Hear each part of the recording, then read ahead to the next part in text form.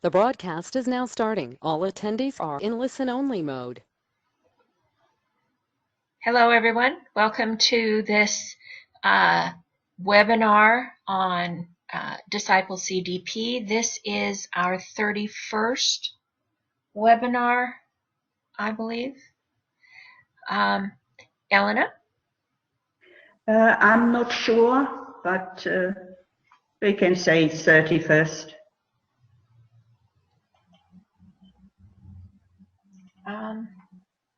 Yeah, it is. I just confirmed it's the 31st. Good. Can we start?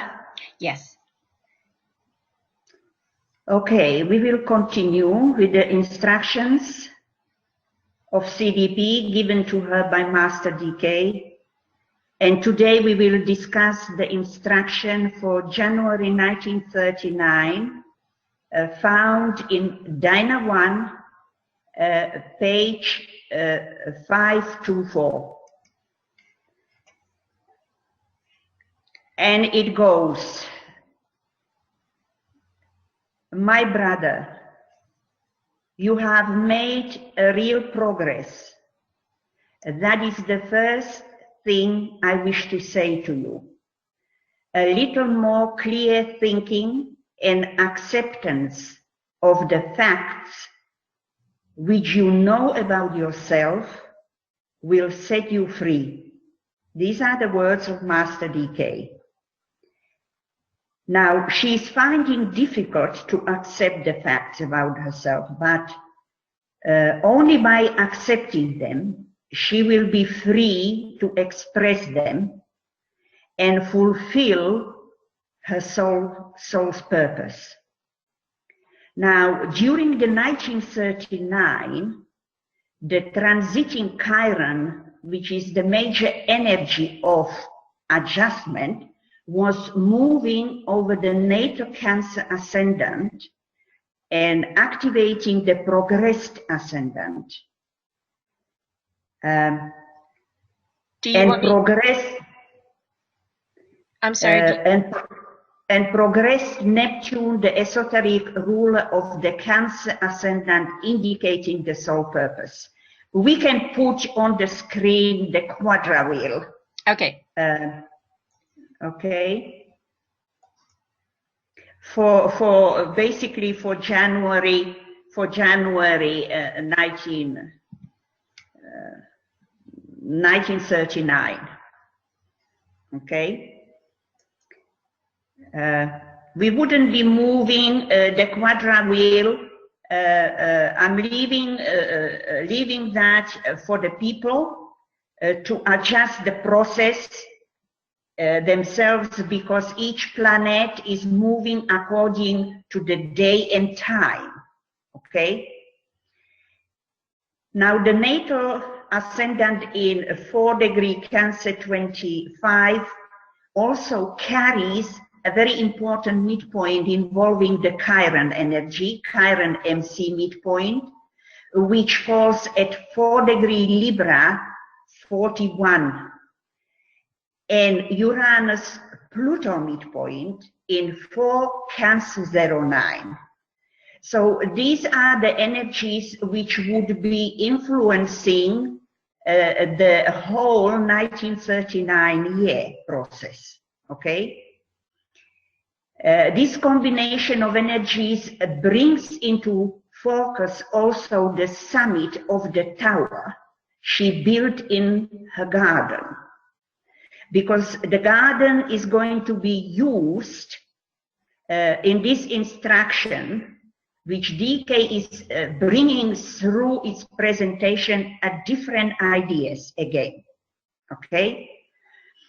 So the summit, you know, is represented symbolically also by the midheaven in Pisces, where Pluto is the esoteric ruler, and Libra 5th house, where Uranus is the esoteric ruler. That's why the Uranus-Pluto midpoint is important, okay, in relation to the soul purpose, because it falls right on the ascendant in Cancer there, okay?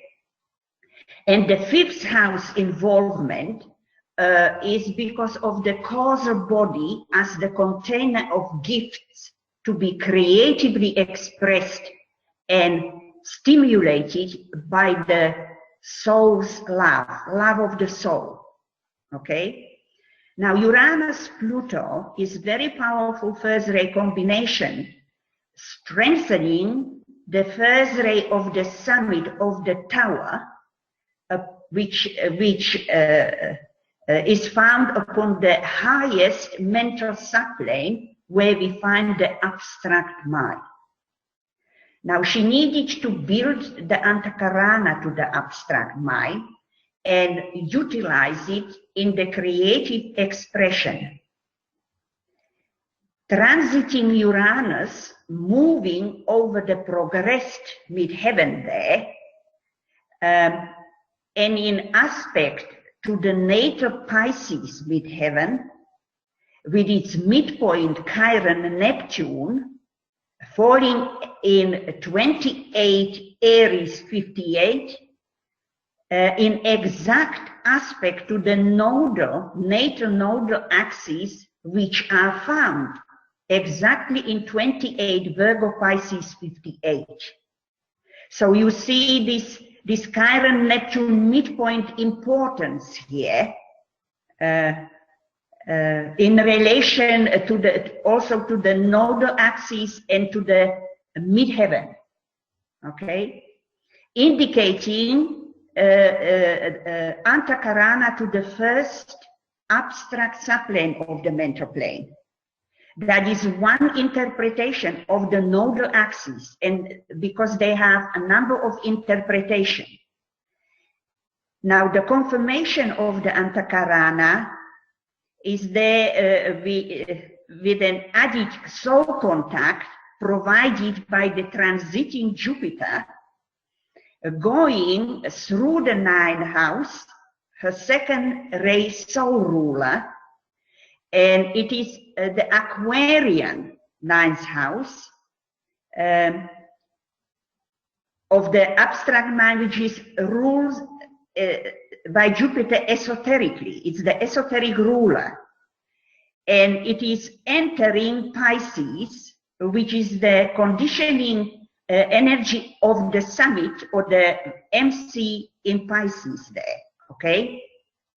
Where Jupiter is also the exoteric ruler. And it will be by transit moving over that MC. And by the end of 1939, it will reach an exact contact also with the natal nodal axis, okay? Now, the instruction continues by VK saying to her, your problem is difficult. It is not based upon the difficulties of your life, for your life problem is not at all unusual, though you have given unusual attention to it. It is based upon the fact that you have a 6th-ray personality, 6th-ray astral body, and a 6th-ray physical body. This is another fact she had to accept and has difficulty in accepting it, but particularly energetically. Now, he says, this constitutes a terrific combination of forces, but you assumed the responsibility of handling these forces in order to break the 6th-ray hold which that type of energy has had on you for 3 lives in sequence. Now, we can have the same personality ray for more than 1 life. And in this case, she could have had the same 6th-ray personality for 3 lives in sequence. And you know, Moon is the primary planet ruling the past lives, which is found here in Pisces decade of Scorpio in her natal chart.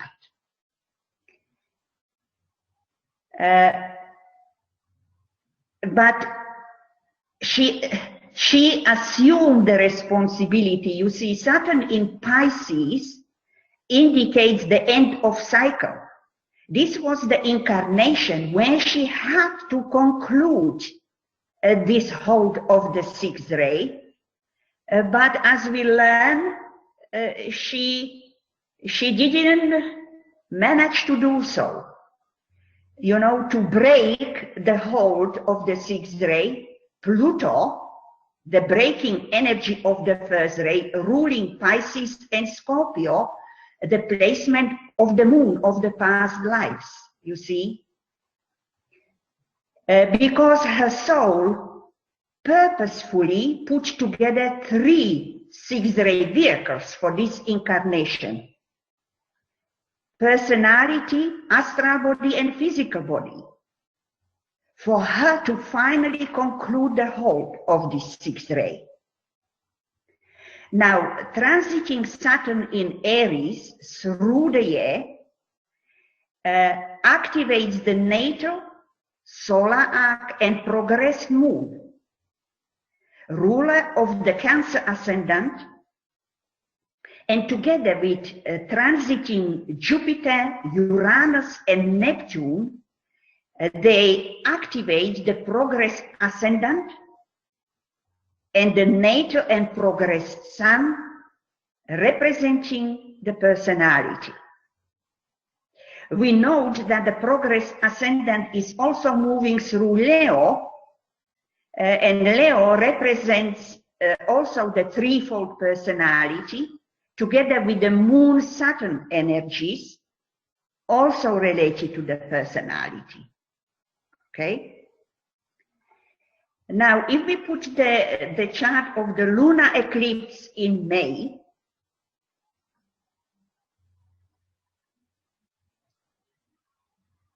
thank you, and we see that it fell on the natal moon there. You see the importance of the past incarnation. It's emphasized here. And we know that her natal moon is bathing Neptune.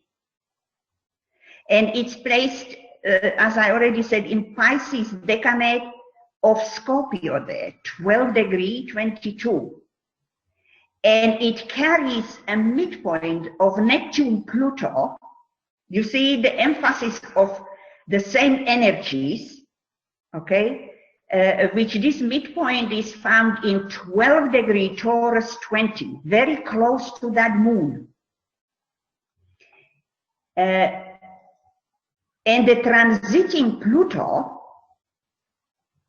in Cancer makes a sextile to the natal Mars and square the progressed Chiron in 29 degrees, okay?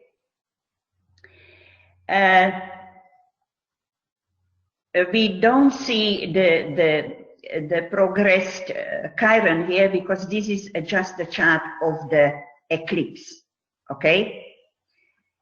We will be coming back to this lunar eclipse because it is fundamental for this year energetically. Okay. Now the combination of these energies bring into focus sixth ray energies through the Mars, Neptune, and Pisces, and the process of the adjustment represented by Chiron. Now we note the relation between Saturn in Pisces and Moon in Pisces decade of Scorpio, and the rulership of Scorpio Pisces by Neptune, Pluto. All these energies activate all the angles of her chart. Okay? It means Cancer, Capricorn, and Pisces and Virgo, right? Now, we continue with the instruction where DK says to her, you have reached the age of 60. Or is it a little more, my brother? And have not yet broken it. It means she did not break the 6-ray hold on her. Therefore, he says, your soul purpose has not yet been fulfilled. Now, soul purpose is indicated primarily by the Neptune as the soul, esoteric ruler of her Cancer ascendant. Has not been fulfilled Jupiter, her second-ray soul ruler. So these Jupiter-Neptune energies indicates that. The difference between your attitude, he says, now and your attitude 30 years ago is that then you did not realize what it was all about, and now you do. Then you had in reality no responsibility, which is very much Saturn energy, for you did not know the nature of the task to be done. But through soul contact, you do know now what the problem is, and your responsibility to do something definite is consequently heavy. So he's directly telling her here, you know, what she is facing in order to fulfill that soul purpose. Because up to this age, 63, she failed to do so. Now the transiting Jupiter, Neptune, opposition across, can we bring now the quadra wheel, please?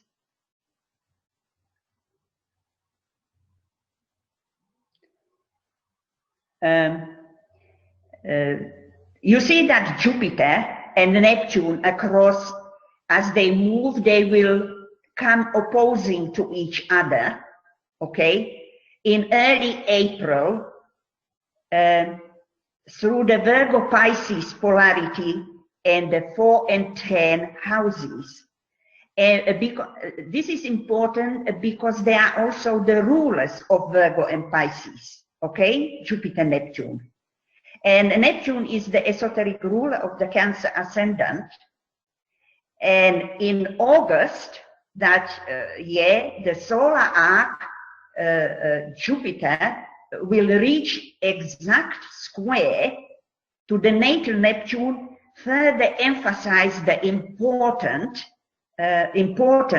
of this relation between the Jupiter, Neptune, and Virgo Pisces energies, which, as we have seen, has already been emphasized, this Virgo Pisces, okay? Now the transiting Chiron, activating the natal Venus-Saturn square, and progressed and natal Neptune, okay? That is the adjusting energy of the Chiron in relation to these energies of Venus, Saturn, and Neptune. All these energies indicating the adjusting process, because that is her last chance, you see, to do something about it, in order that she can fulfill her soul's purpose. Now, in 1939, C.D.P. was 63 years old, okay, and has reached the peak of the 7 years cycle of crisis between the age 56 and 63rd years.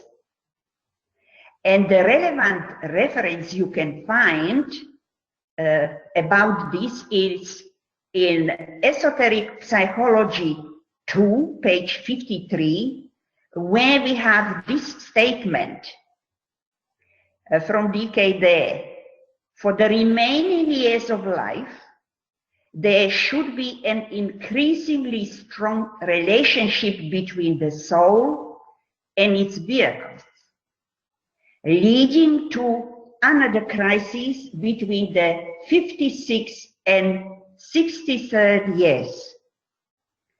According to that crisis will depend the future usefulness of the person and whether the ego or the soul continues to use the vehicles on into old age, or whether there is a gradual withdrawal of the indwelling entity, it means of the soul. Okay? Now this is a very important reference to the process which is, she would have to go through. In November 1931, C.D.P. received her first instruction from DK, which covered the period from November 1931 until June 1933. And in April 1932, she was 56 years old. Okay?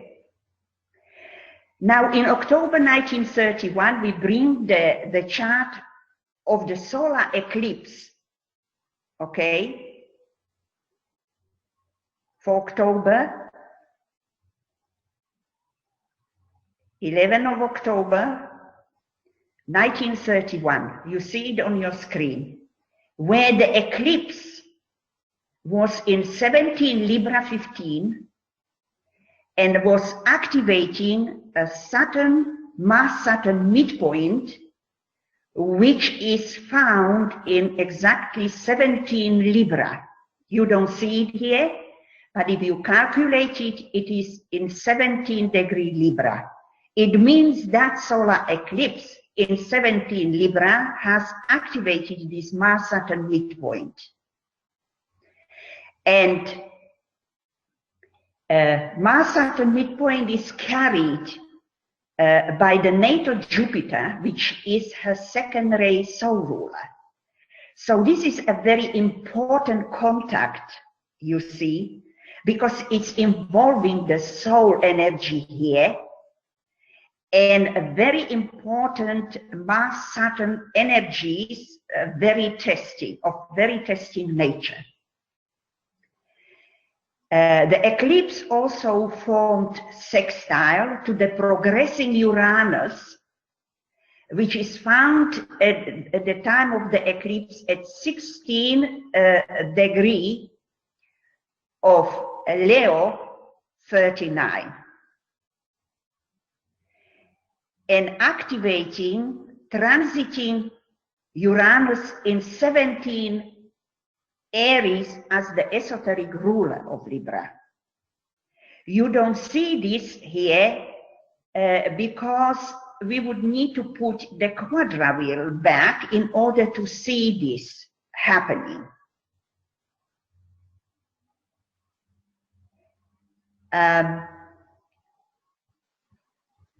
Could we put the quadra-wheel for that? If we have it, I don't know if we have it, that quadra-wheel, but if we don't, that people would have to see that. When I said, that the eclipse, which was falling in 17 degree Libra, okay, was forming sextile to the progressing Uranus, which you see there in Leo, okay, and activating the transiting Uranus also in Aries, which was going at the time in 17 degree of Aries, okay, and Uranus is the esoteric ruler of Libra. Now, I don't think I have the right quadra wheel up. Okay, this is just, it is not exact quadriwheel for that eclipse because we wanted to show it separately on one chart, okay? And the quadriwheel had to be put together with that eclipse for the people, okay? For that period. This is just an indication of certain energies, okay? Where they are falling at the time of all the other levels of energies happening simultaneously, okay?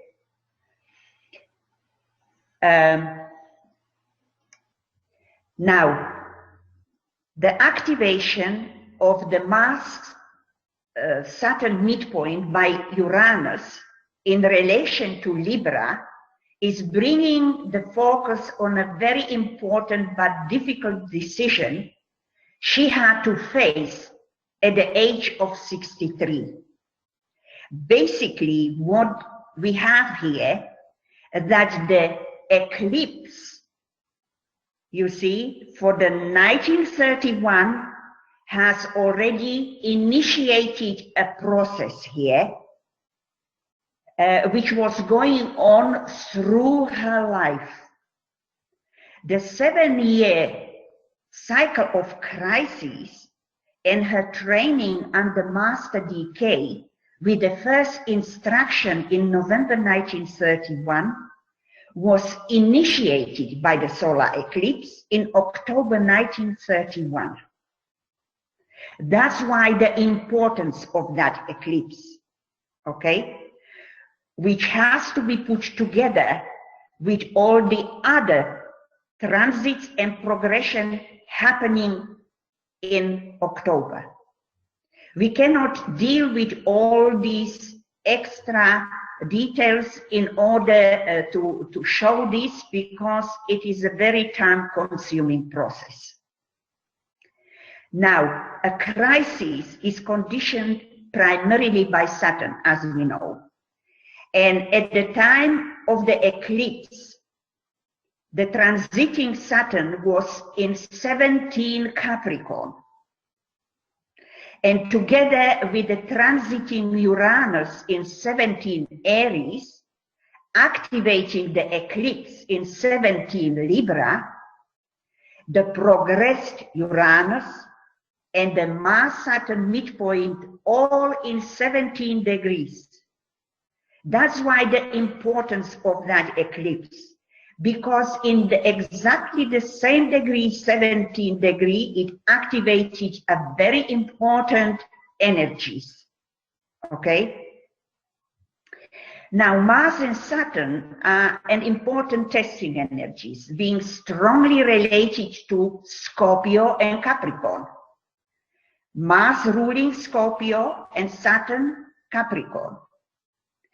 And this brings intensified activity of the 6th ray through Mars and 3rd ray through Saturn. And when these energies are rightly utilized, there comes liberation, Uranus, from form, indicated by the progressed and transiting Uranus activation of this Mars-Saturn midpoint. We know that C.D.P. was strongly conditioned by the 6th ray on her 3 levels of personality, and by the 3rd ray transmitted through her Cancer ascendant. And she was all her life struggling for liberation and detachment, which is indicated by the natal Moon-Mars square. Okay? You see, we cannot show simultaneously all the different charts here. But by all these energies, you can find them yourselves in the natal chart, in the quadriwheel, and in the charts of the eclipses, which, you know, I am giving all the information about. Now the 3-6 rays are also emphasized by the Saturn-Neptune natal sextile in her chart and their aspects to the Cancer ascendant, where the Neptune is the esoteric ruler. You see, we are dealing with energies related to her soul purpose fulfillment here, and they are not easy energies, okay, to master. We are also told that the 63rd year is in the life of all disciples, the year of crisis and of supreme opportunity. So we should prepare for it. Like C.D.P had to prepare for this year, 1939, okay? Because the soul is making very important decisions. That's why the strong emphasis on Libra, which is a sign of choices and decision. And that's why the importance of that eclipse in Libra. And we will find 2 other eclipses falling, you know, emphasizing that Libra. But the first eclipse prior to the first instruction in which we are looking now at the screen in 1931 initiated the whole process, okay?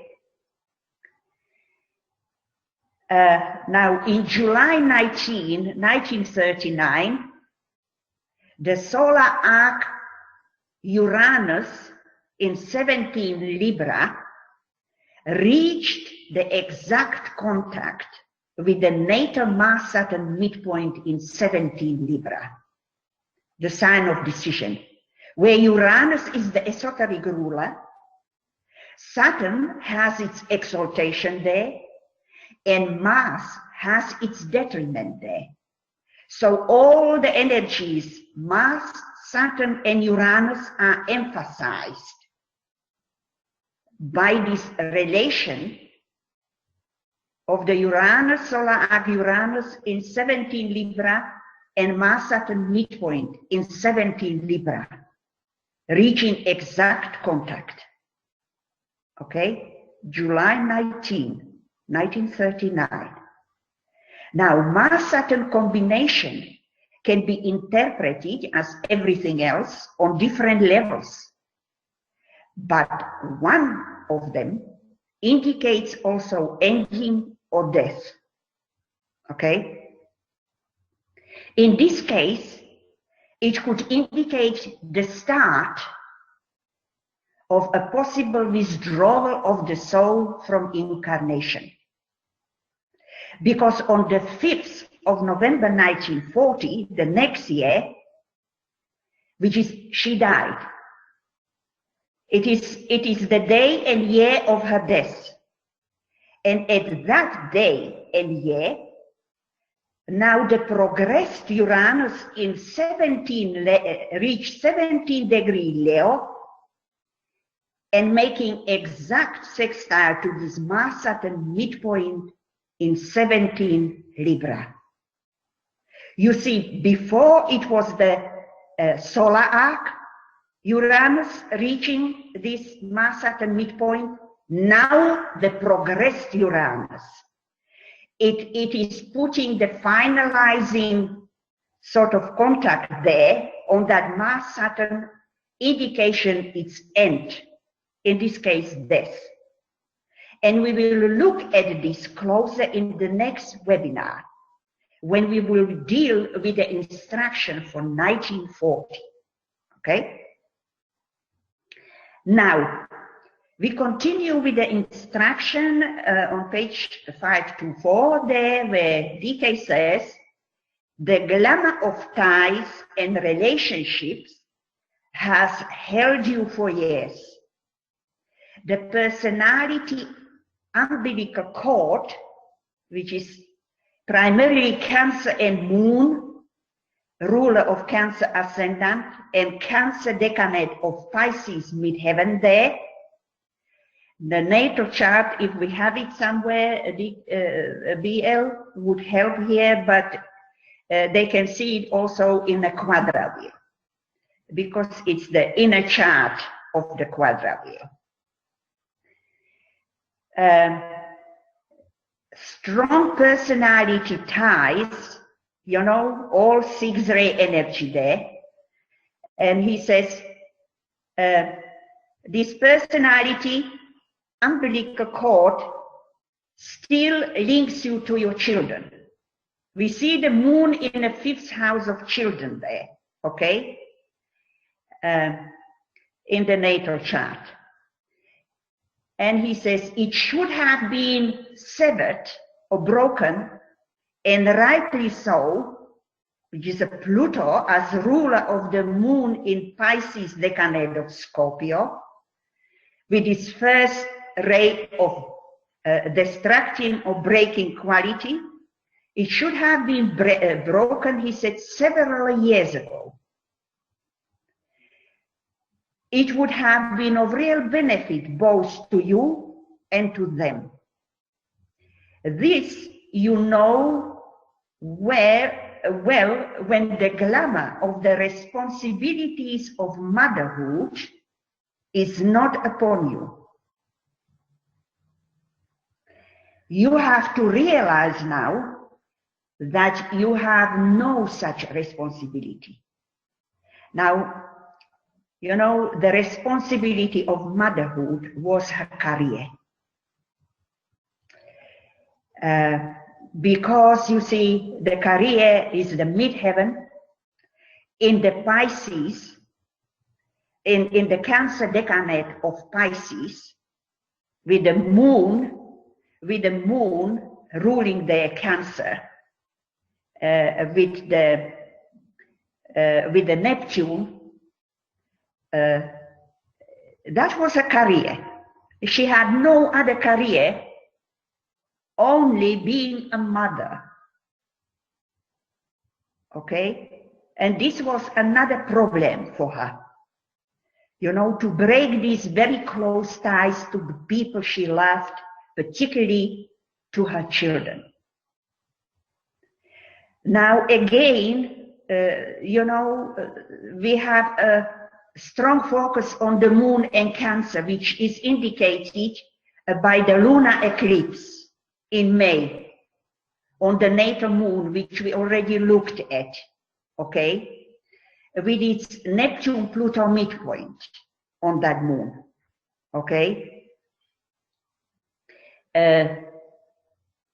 where the transiting Pluto activates the natal and progressed Mars and progressed Neptune as the transmitters of the 6th ray in relation to glamour of motherhood and ties, relationship, and severing of the personality umbilical cord. Now, Mars, Neptune, and Pluto are the dispositors of the moon in Pisces decade of Scorpio, placed in the 5th house of children. Okay? And I don't know, I'm just thinking if that quadra will at least would not help with some of the energies here, at least to some extent, because the transiting nodes at that time were in Aries and Libra across the 5-11 houses. You see them even there, right?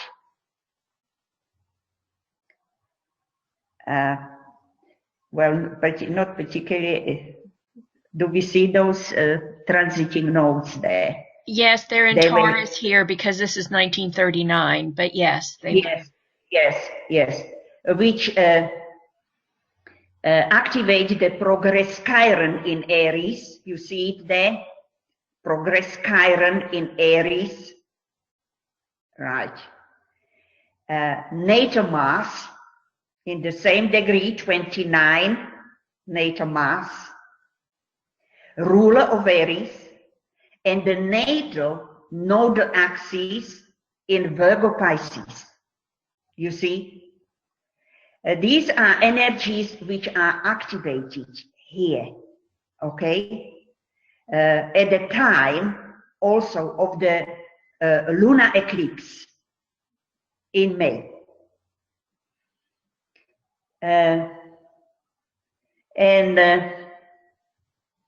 Neptune and Pluto, as the rulers of the Virgo Pisces, you see these Virgo Pisces energies and the Neptune Pluto are repeatedly coming up from different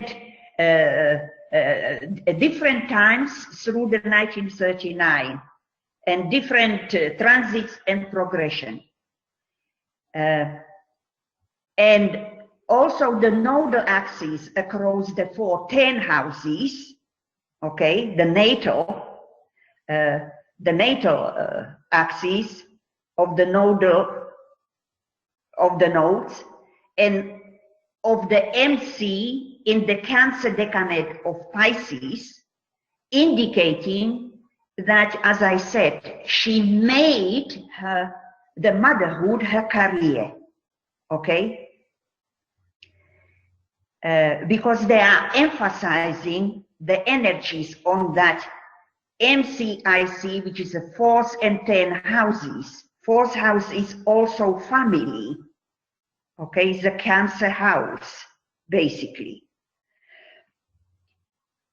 Now, the October lunar eclipse, if we can find it, in 3 Taurus 56,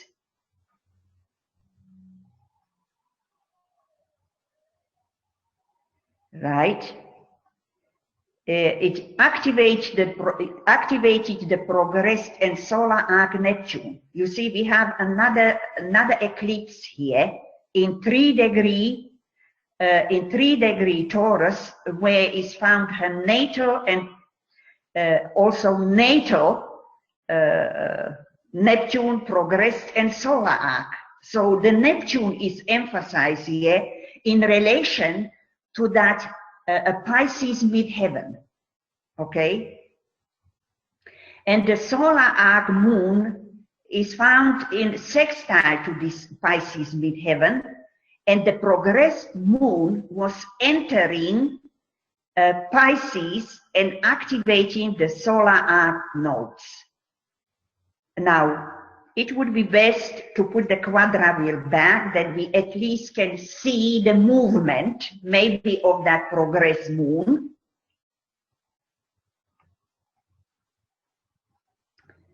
You see that progressed moon there, but it has to reach from that, it's already in the 9th house, right? And it's moving from the Aquarius, it would be moving to Pisces, that progress moon, okay? And also activating the solar arc nodal axis, okay? The transiting Jupiter, which is the ruler of Pisces, is in aspect to this progressed moon through its transiting movement and to those solar arc nodal axes.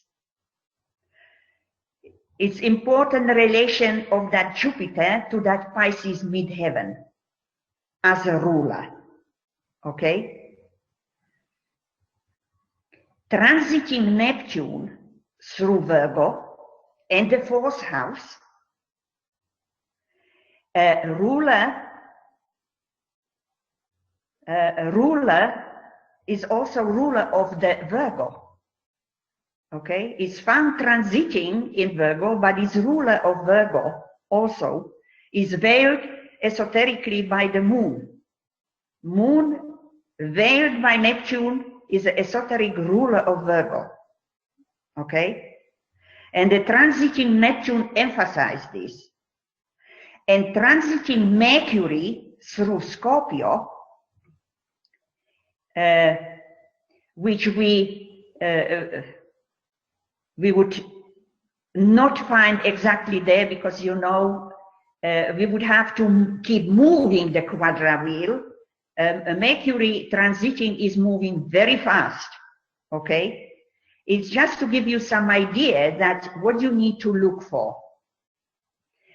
It's activating the progressed nodal axis, okay? So the nodal axes are here emphasized on all levels, through transit, through progression, major progression, natal and solar arc, okay? Where Mercury and Neptune are the rulers. You see, Virgo Pisces, we're coming back to these energies now through the rulership of Virgo ruling, Mercury ruling Virgo and Neptune Pisces, okay? It means the energies are affecting her both from the personality and soul levels, according if they are the exoteric or esoteric rulers. And the strong involvement of the nodes indicates the final opportunity to face clearly her destiny here and soul's purpose, and make the choice with that Libra energy strongly emphasized between the repetition of the deeply built habit, the moon, of thoughts and feelings of the past life's pattern, again in the next life, or free herself from the past through utilization of the will and courage of the soul. This was a very difficult year for her. You see, that 63rd year of a major decision. Okay? Now we continue with the instruction, page 524, where DK says, forgive me for my plain speaking, my brother, but I seek to see you free before the time of passing over into the clear cold light comes to you. Now what he's actually telling her, that she is close to death. Okay? And he wants her to do something before that happens. And she has not much time. Okay? This is the indication here with that sentence, passing over into the clear cold light of the impending death. And he says, I know whereof you are capable.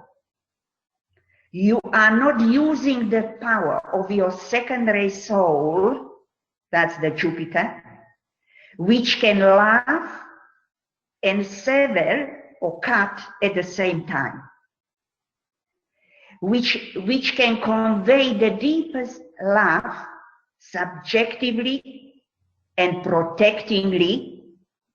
This is indication of the unexpressed secondary Gemini intercepted in the 12th house, okay, which transmits a powerful second ray. And yet, he says, on the outer plane can set people free. She didn't see the soul in those she loved, you see. Now, Uranus square moon, natally as ruler of the Cancer first house, also representing the physical plane, okay? When he's speaking on the outer plane, on the physical plane, letting people free. If she relate to them as souls, not as personalities. And he says, let me repeat again. You have no responsibility for your children and never have had since they reached maturity. and the right to live their own lives. You have earned the right to your own soul's freedom and expression. You see, he is speaking very directly to her because he wants her to really realize the facts of the situation now, and she has not much time, you know, to really do something here unless she realizes the urgency of the situation. So the second ray soul, you see, which is focused here on the love, which can protect and at the same time release this. Okay?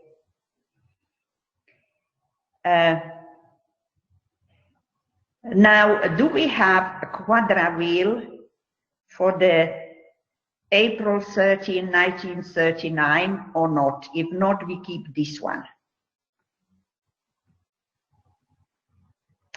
Yes, we do. Okay, now here we see the transiting Chiron activates the natal Venus. You see near the ascendant. The transiting Chiron is moving close to the ascendant, activating the Venus in the subjective area in Gemini, unexpressed love,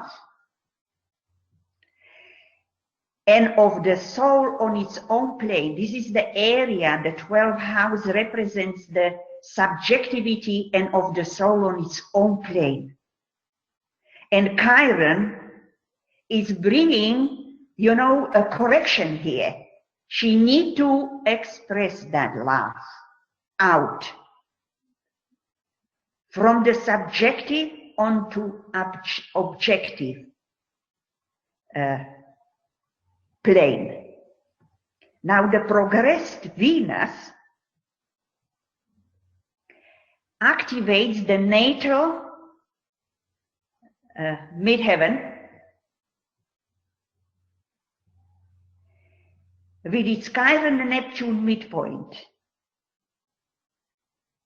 and brings relation to the transiting Chiron over the natal ascendant, solar arc and progressed Neptune. You will find all these energies in this quadra wheel, which is the esoteric ruler, the Neptune, okay, of the Cancer ascendant, and a strong activity through the year between the Jupiter-Neptune, as we have already mentioned that. And you see even the polarity in this quadra wheel, the transiting Jupiter-Neptune through the Pisces-Virgo polarity, okay? And the transiting Jupiter, activation of the natal, progressed and solar arc Jupiter, which is a second ray soul ruler through the whole year of 1939, okay?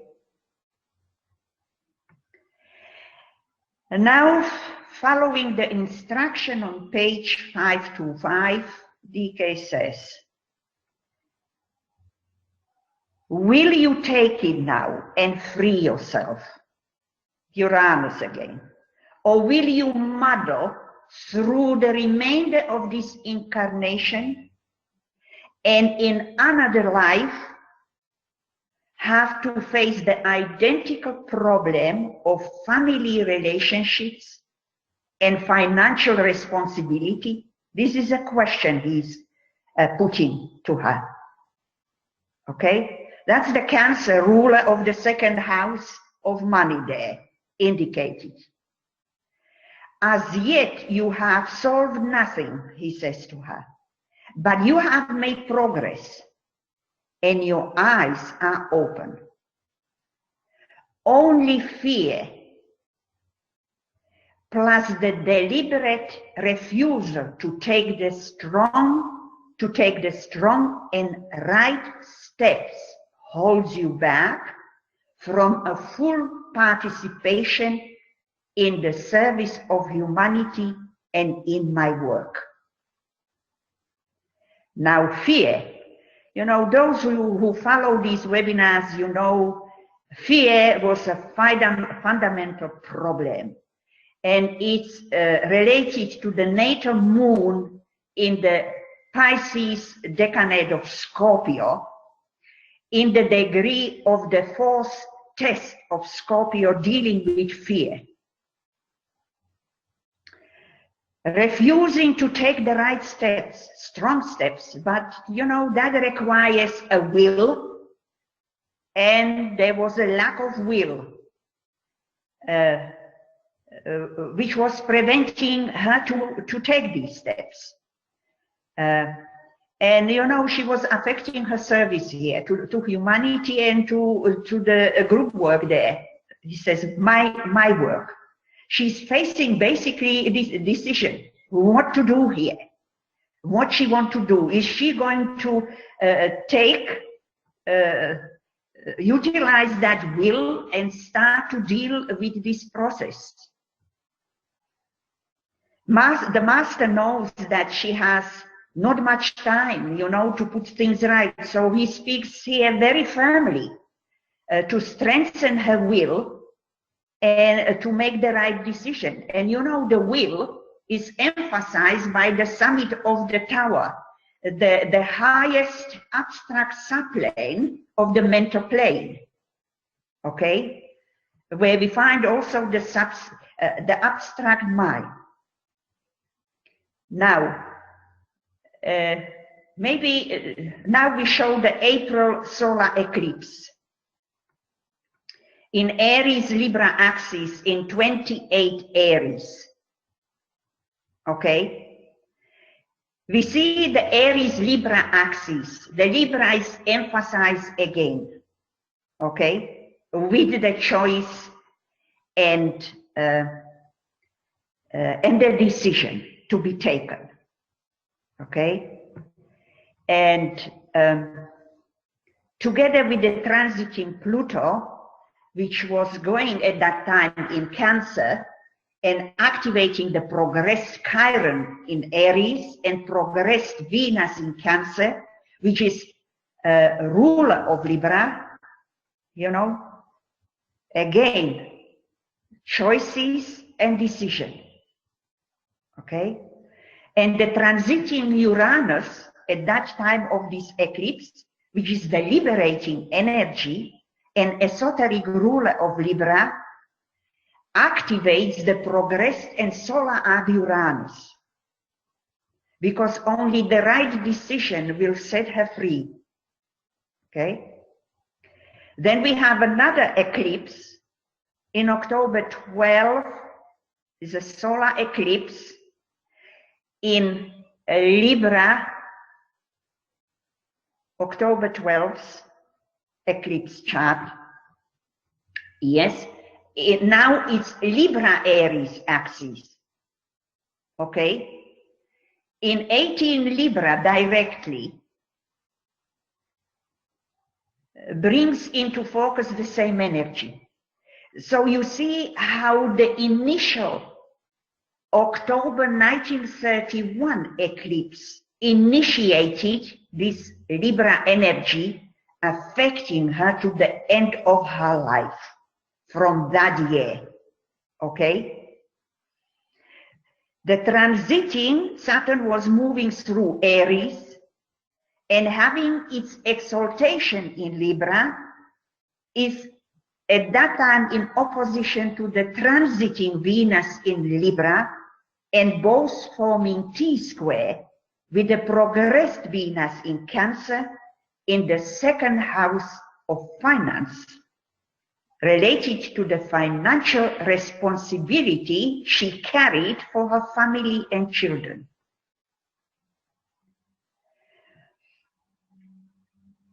Now, as we have seen the eclipse chart here, maybe it would be good to put the quadra wheel. At least we would see some movement, indication of the transits. because at the time of this October solar eclipse, October 12th, you know, there is also some activity going on which have to be, you know, looked together. The transiting Pluto in Cancer, as you see it there, in this quadriwheel, is related to the moon in Pisces decade of Scorpio, being the ruler there. Okay, it's ruler of Scorpio and esoteric ruler of Pisces. Very important carrying energy of the first ray, which is a destructive will, okay, which needs to cut all that what is holding her. And the transiting Uranus, you know, which is going there through Taurus, is it? Reflecting the natal moon-Uranus square, and is related to the Scorpio moon through having its exaltation in Scorpio. Okay? All these relationships are very important because they are linking all these energies together from different levels of the movement. Now, the transiting nodes across Aries, Libra, over the progressed Chiron, Aries, Libra, of the 11 fifth houses, okay? The Chiron is repeating the necessity and need for adjustment. Okay? Now, the words of DK following the instruction when he says, "You have so much to give." I refer not here to money, though that too must be included in the life offering of a disciple.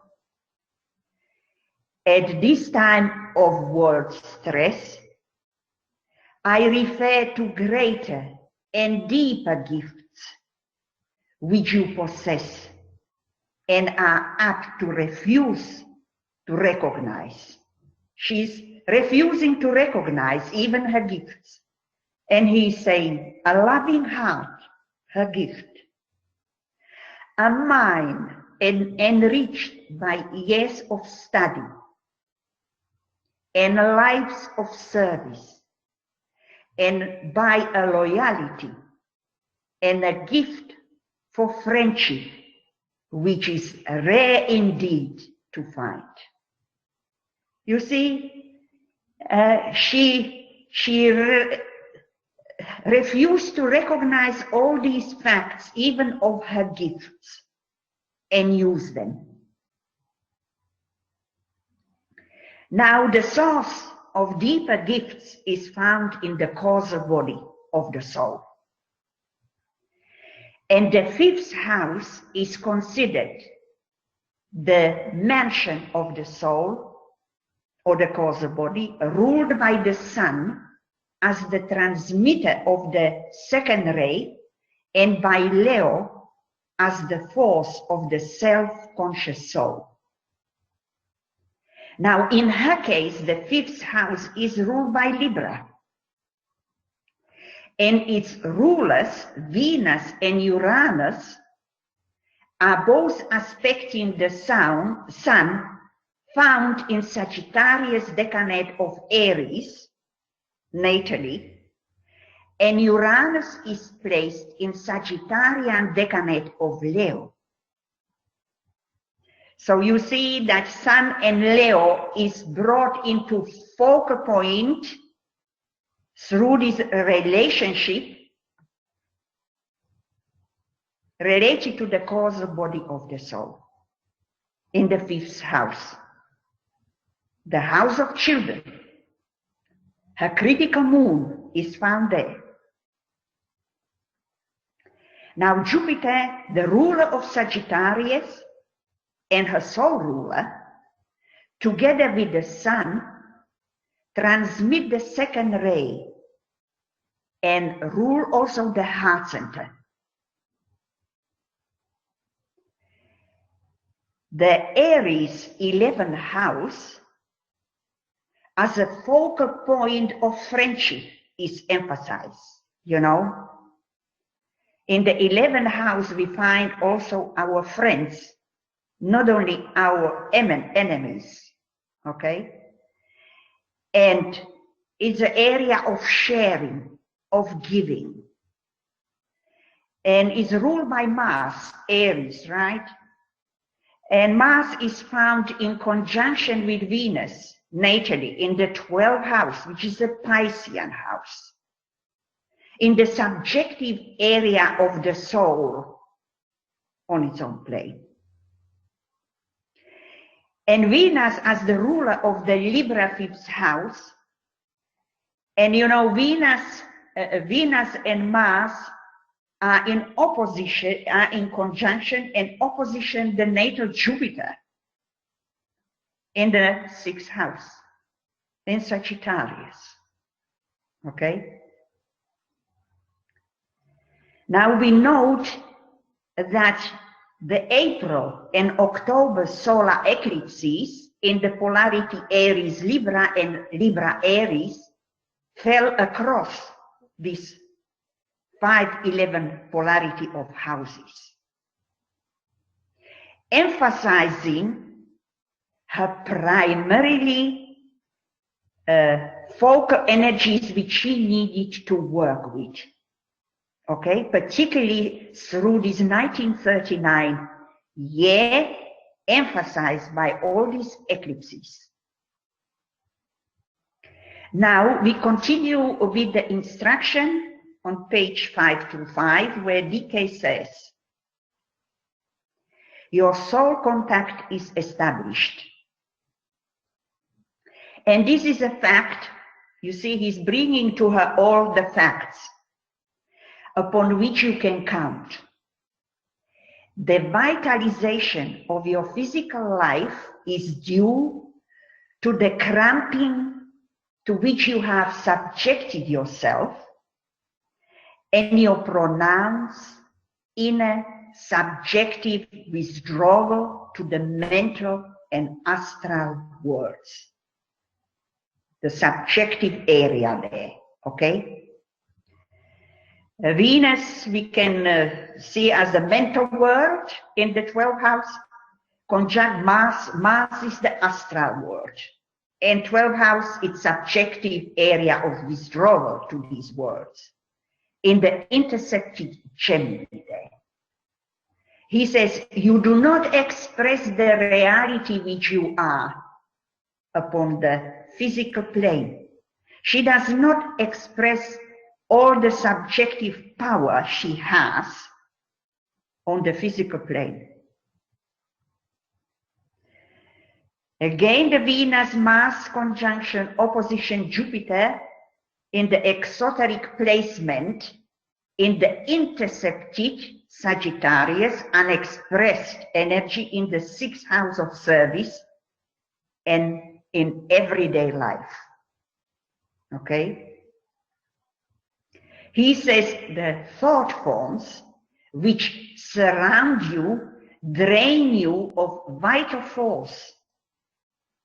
It's primarily Saturn, semi-square the Sun and T-square with Venus-Mars together with that Jupiter. Her major T-square which she had to work through all her life. Not an easy one. And he says, and yet, physically speaking, he says, you have no organic trouble or disease. Okay? These thought forms sap your vitality and are definitely destructive to yourself and to others. And of these thought forms, there are 3. But he is not naming directly these thought forms. But some of these, which, you know, he repeated to them through all the instruction, could be the suspicion, a major glamour for her, self-pity, or inferiority complex. Okay? So they were sapping that vitality and were blocking her progress, basically.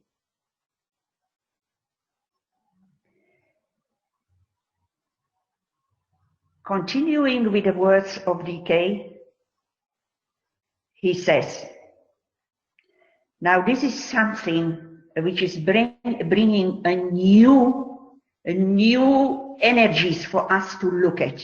He says, I am giving you a special exercise. Go into your garden twice a week and meet me there. Discover first of all the point within the garden which I have magnetized. At that spot within your garden, talk your problems aloud to me, pausing at intervals and listening for my replies or the replies of your soul. We shall speak when silence of the outer life and of the personality has been achieved. Keep nothing back, but talk aloud to me. Do this with a listening and attentive ear, and by the May full moon, you may find that we may have talked the matter out. The glamour may have dissipated, the thought forms be destroyed, and the path shines clear before your eyes. Now we know she built her garden on the abstract levels of the mental plane, represented by the egoic lotus as a symbol of a beautiful flower. It appears that the magnetized point within the garden, where they conducted the dialogue, was the first mental subplane where we find the higher or abstract mind and spiritual telepathy, and where reached also the summit of the tower which she created in her garden, and where nothing of the personality nature can reach them, and where they could speak without interruption. Remember that I am giving you my interpretation of the master words here, okay? We know she belonged to the group of telepathic communicators who were learning to be receptive to the impressions from the master and from each other. We also know she was very psychic, spiritually impressionable, with six-ray brain, making her intuitive and astral Buddhic.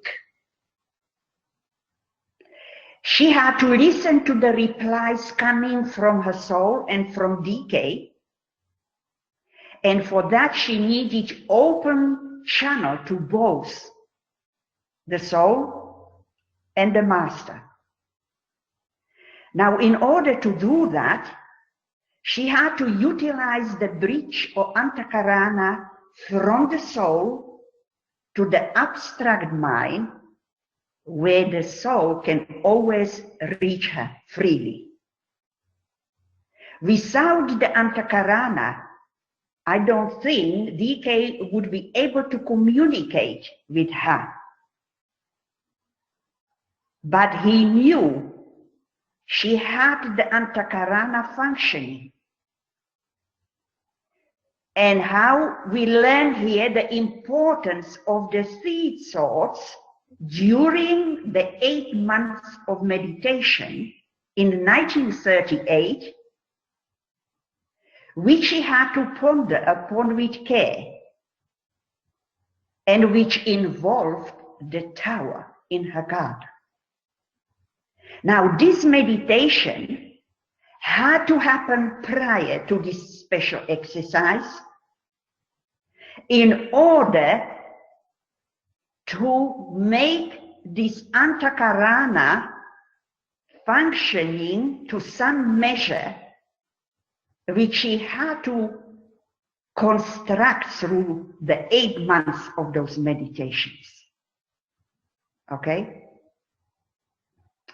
Now, it was Master DK who magnetized the point within the garden, because the magnetic energy had to come from the Buddhic plane, where we find the hierarchy.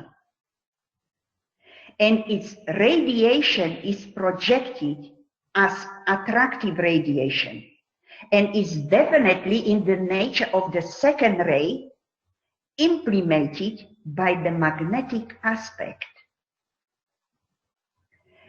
Now, the heart center is a radiating center of love,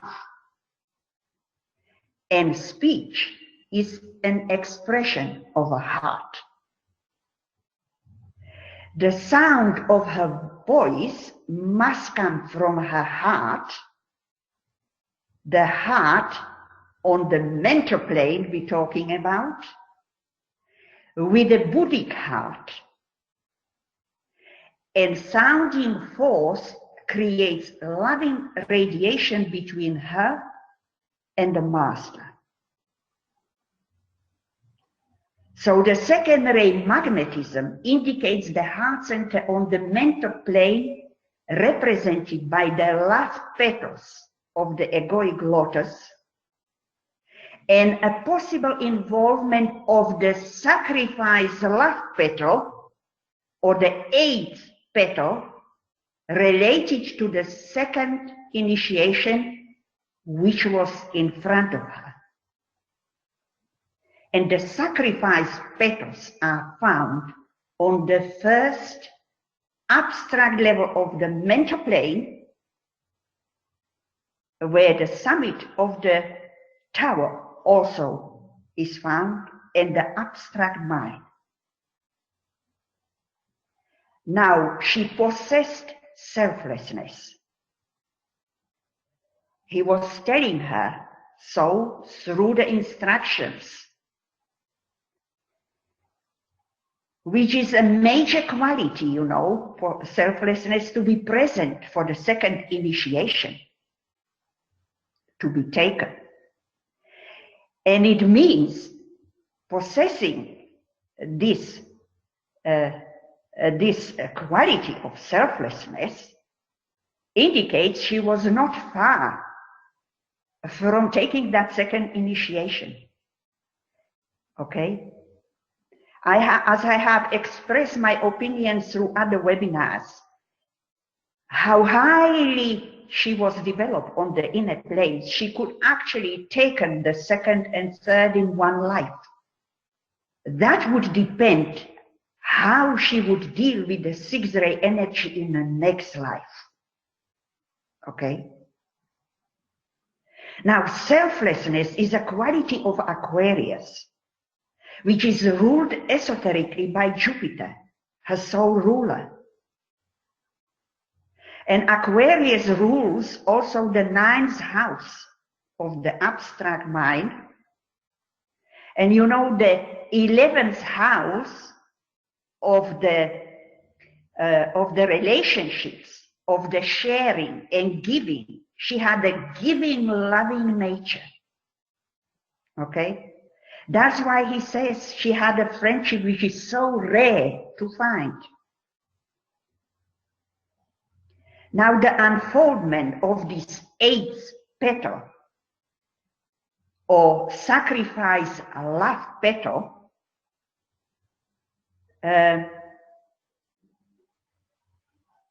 is unfolded through the conscious and steady application of the powers of the soul to the service of humanity. And DK emphasized the importance of service through the instructions. Not only this one, by telling her that nothing counts in the long run, by loving service to all. Because she didn't seem to grasp the importance and usefulness of the service she can give. It appears that the other purpose of utilization of the garden as the symbol of the egoic lotus for this special exercise was the focus of the eighth petal, which is related to the first abstract level of the mental plane, and is conditioned by the first ray, Scorpio, Pisces, and Pluto energies. On the reversed wheel, I should add. These are the energies influencing her moon, her most difficult area, which is placed in that Pisces decade of Scorpio, where that Pluto rules. We know that her soul's choice for the physical body or brain was the sixth ray, which is different from the usual ray 3 or 7. And this made her intuitive or astral Buddhic. You see, we are discovering another reason for the choice of that unusual sixth ray on the brain and physical body. Now, this was linking her with the conditioning 246 line of the vegetable kingdom and with the green devas of the vegetable kingdom working with magnetization along the line of the second ray. And this was obviously linked to her own 246 line, greatly emphasized on her own levels. We know she loved flowers, and a pink, which is the sixth ray color, Mandevilla vine or Brazilian jasmine still bears her name, the Alice Dupont Mandevilla vine plant.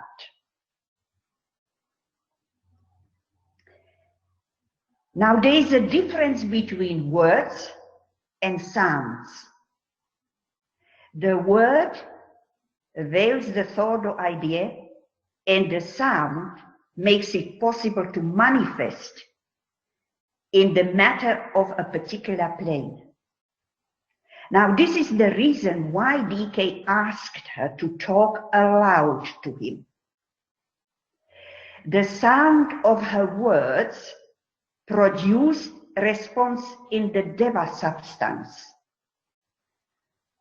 on the higher mental plane, where she created her garden.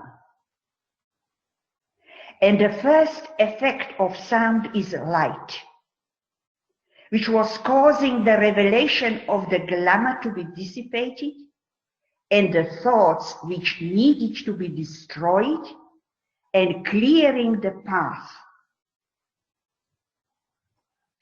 Now we are told there are two great devas belonging to the green group on the mental levels, from whom we can receive a definite teaching telepathically. Remembering spiritual telepathy on the first abstract subplane. Now, it was a deva of the causal level, where we find the egoic lotus, activated by DK's magnetization and her own established magnetic field between the pituitary body and pineal gland, and working through her soul, which was aiding the process here. I think it was her own magnetic field which enabled her to locate the magnetized point, and DK knew this. That's why the first thing he asked her, she should find this magnetized point, because she knew she was capable of that. We have an analogy between the highly developed green devas of the vegetable kingdom here, contacted principally along the lines of magnetization, and the green devas on the mental plane. Now the color green brings focus, her Cancer ascendant transmitting the green third ray, and Neptune, the esoteric ruler of Cancer, is conditioned on its own levels by the 246 line, where the fourth ray is found on its personality, a sixth ray on its soul level of the Neptune, and second ray on the monadic level. And on a Buddhic plane, the Neptune expresses pure reasoning of the third ray. Now the third ray rules also the throat center on the mental plane, represented by the knowledge petal of the egoic lotus, utilized through her speech.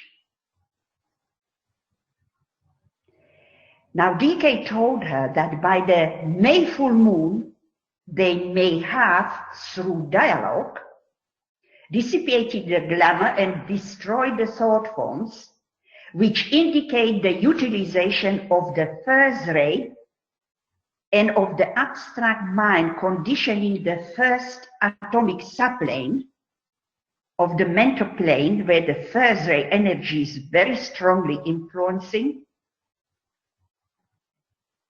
as the place of the dialogue.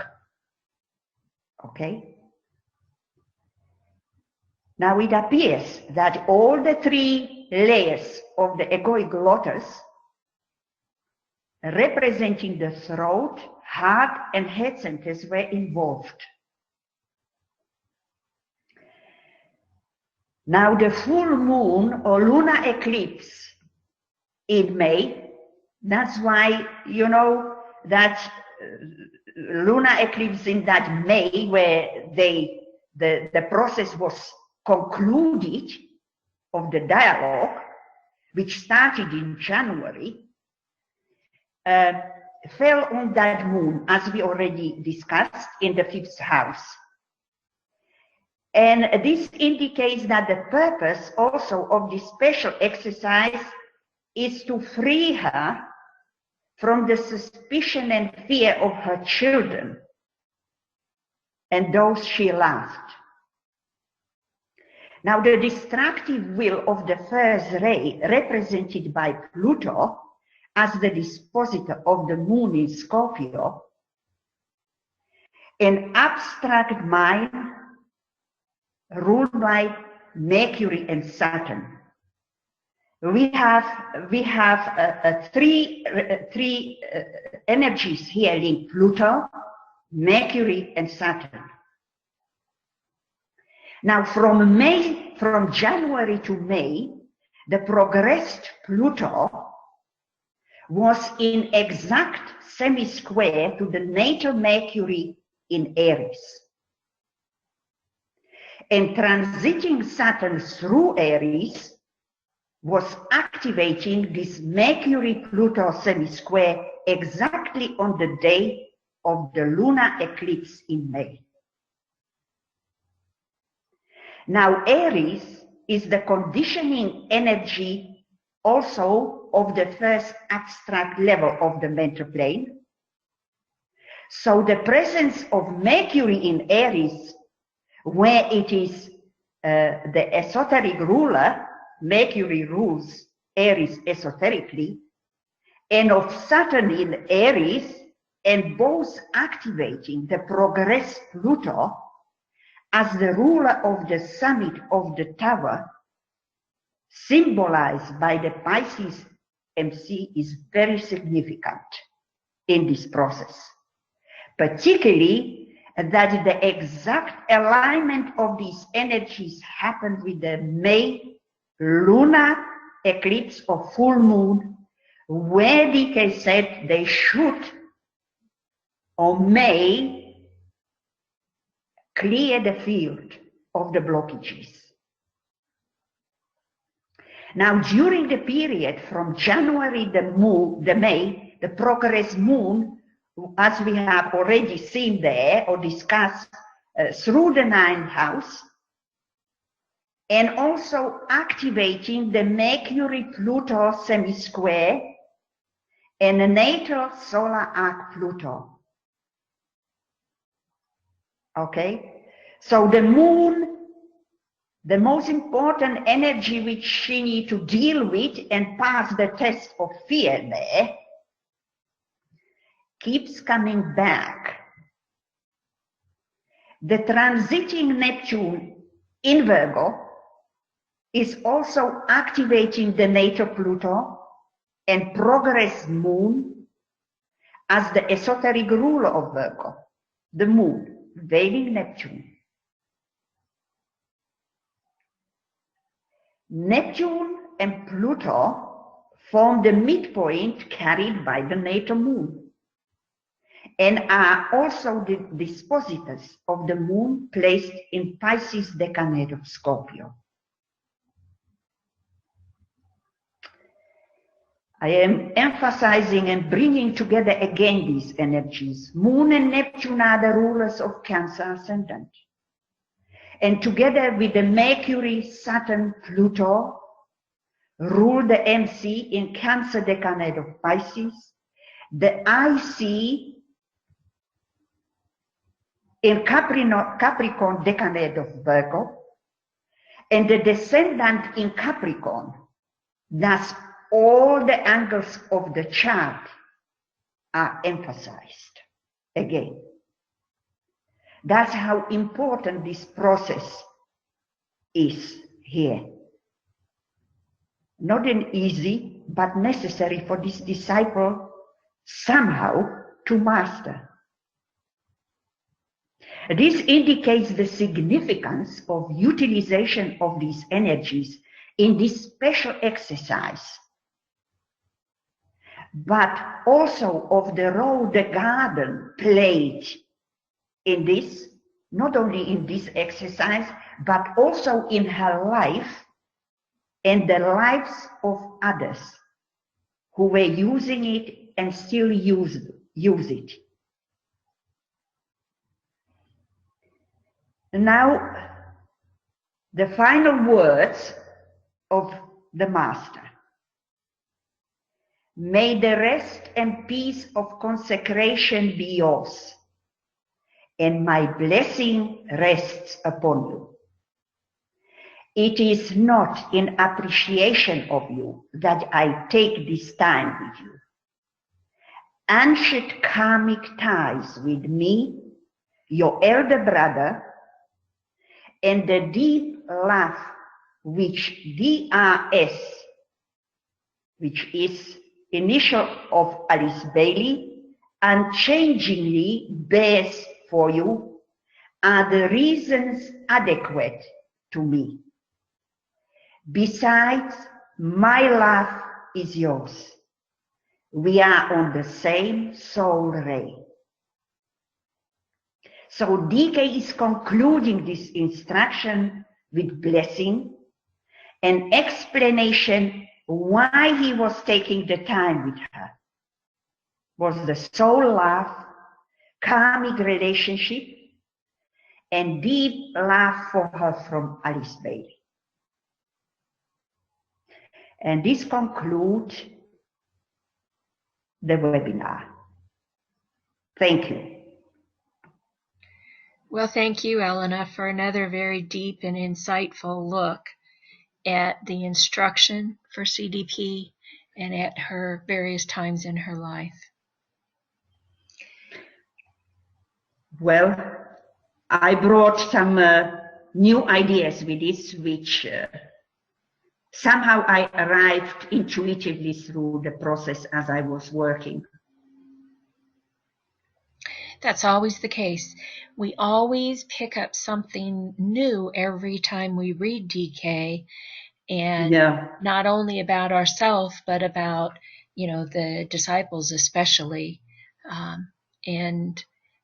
It puts certain things just fall into place at certain times, and you really help us to understand that through your deep analyses here.